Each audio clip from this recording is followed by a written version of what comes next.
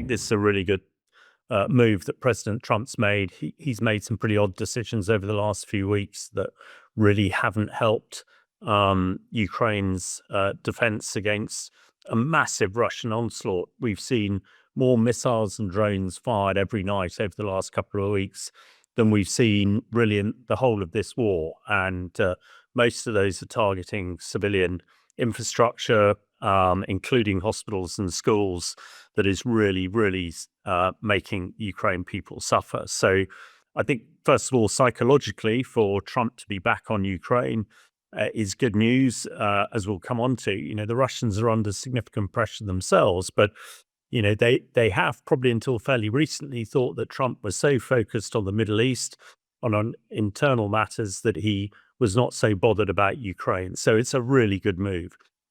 What is absolutely needed at the moment is air defense missiles and capability, most especially the Patriot missiles that have been in short supply, because when you're trying to defend against 1,000 missiles and drones every night, some of them are getting through, and you only need a few to get through to have a real damage. And actually, if you look at the sort of the map of where all these missiles are going, it's across the whole of Ukraine, even close to the border with Poland in the Lviv area. So very comprehensive. When it comes on to other types of capability, of course, you know, ammunition is key in this sort of First World War like trench warfare. Soldiers are getting through tons and tons of ammunition. And this is something that really wasn't envisaged up until, you know, a year or so ago. And the ability for industry, particularly in Europe, to come up with these this ammunition is really struggling. So the US back on track there.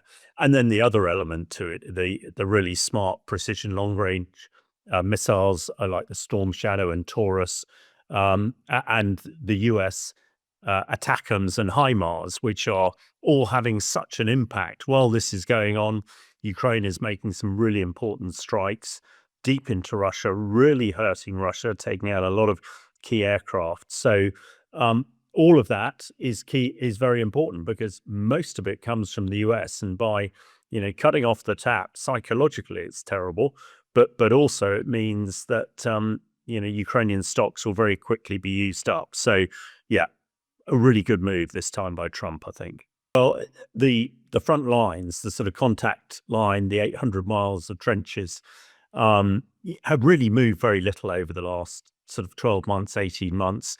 You know, there are a few incursions here and there.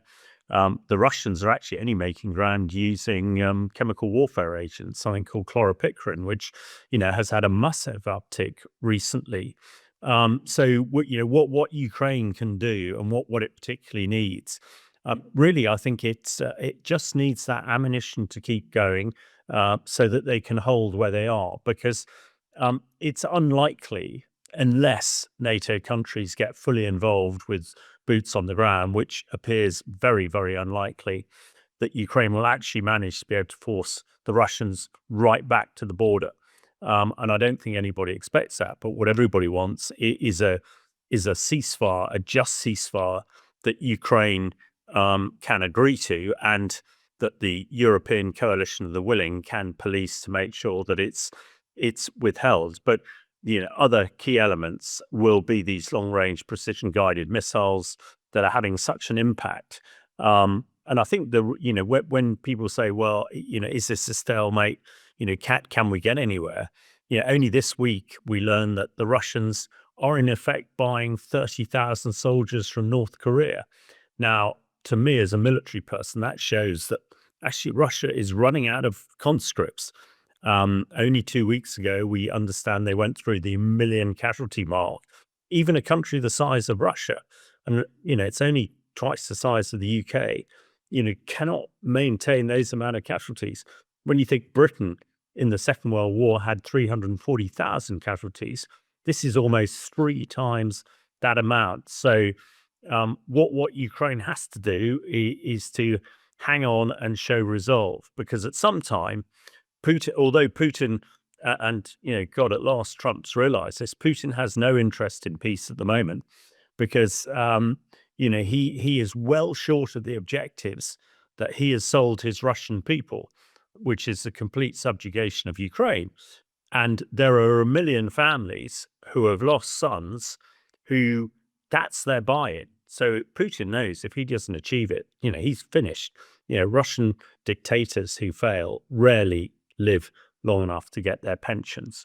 But I think the pressure must go on. There's a lot happening in Russia at the moment. We only hear yesterday yet another minister has died in mysterious circumstances. Another oligarch trying to escape Moscow was stopped in his luxury private aeroplane. There's a lot of undercurrents. The potato harvest, which is the basic food for the rank and file in Russia, has failed, and people don't have any money. So it's behind the closed doors of what used to be called the Iron Curtain. Things are not rosy.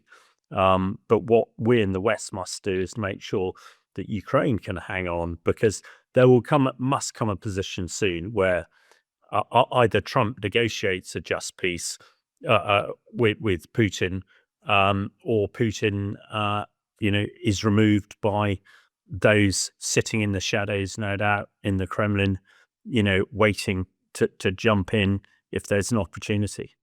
Well, this conflict either ends in a negotiated peace or one side wins. Now, I think the West has begun to realize that they can't allow Russia to win, because if Russia subjugates Ukraine completely, then Putin has told everybody that, this is just the beginning of his campaign to rebuild the old Soviet Union, which includes countries like Latvia, Lithuania, Estonia, Poland, Bulgaria, Romania. They're all NATO countries. So that would mean that we'd be drawn into a war with Russia. Whether that is likely, I think it's pretty unlikely. The other element is that Ukraine actually prevails and kicks Russia out of all the land that he's taken since 2014.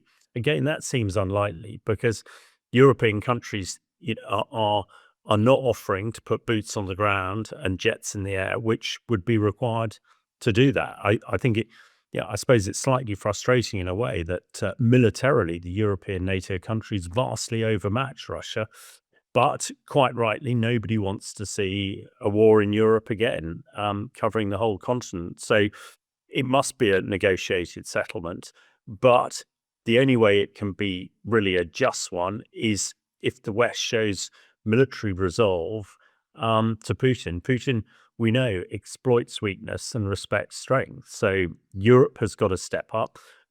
We did a lot of good things a few weeks ago at the NATO summit when everybody decided they'd spend 5% of GDP sort of on defense. That was a real key marker to Putin.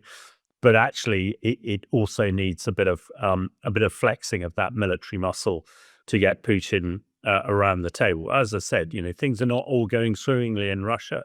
And quite frankly, if Ukraine is negotiating with Putin or his successor, that really doesn't matter that much to us. What is key is that the fighting stops as soon as possible and there is a just peace for Ukraine.